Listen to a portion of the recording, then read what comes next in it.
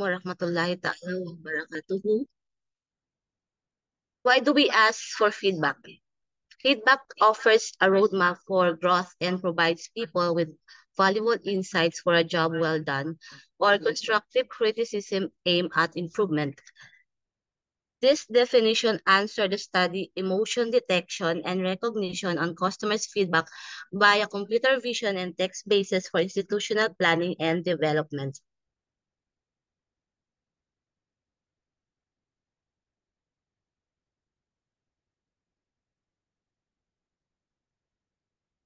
Description of work.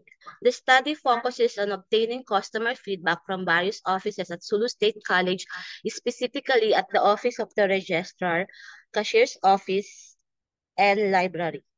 It aims to enhance future offerings by detecting facial emotions in response to customer feedback on institutional services.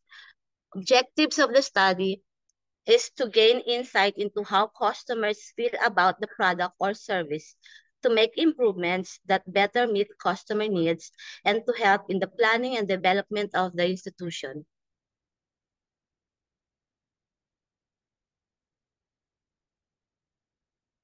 Method. The study employs a multimedia approach to customer satisfaction measurement, utilizing both human and machine-based methods. It captures facial expressions through an automatic camera system to assess customer satisfaction. Additionally, it incorporates sentiments analysis to evaluate feedback in real time, allowing the institution to monitor and improve its service based on customer emotions.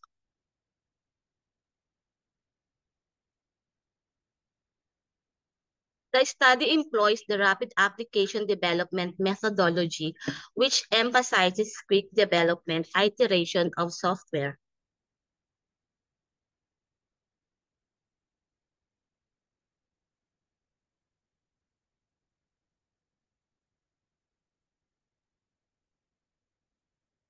Graphical analysis data presentation. These figures collectively illustrate Sulu State College gathered and evaluate customer reviews to understand the perceptions of the services rendered, ultimately aiding and enhancing them for future clients and institution. Figure 4.15 shows the mean result of the feedback via text mean result of the feedback. Sorry, I'm running. Figure 4.1 shows the mean result of the respondents via computer vision. Figure 4.15 demonstrate the mean results obtained from written comments only comparable to figure 4.1.4, but instead of analyzing solely those reactions provided through text-based commentary rather than visual analysis as well. Therefore, this illustration demonstrates how Sulu State College can gather and evaluate customers' review to comprehend how Sulu State College can gather and evaluate customers' review to comprehend how they perceive the services rendered by the institution so as to enhance them for future institutional developments.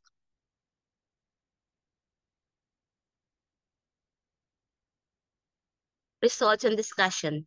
The system demonstrated a high level of accuracy in detecting emotional states from facial expressions of customers when they provided feedback about the services. The integration of text-based sentiment analysis with emotion detection allowed for a comprehensive evaluation of customer feedback, and also the results indicated that customers express a range of emotions, positive, negative, and neutral toward the services provided by the institution.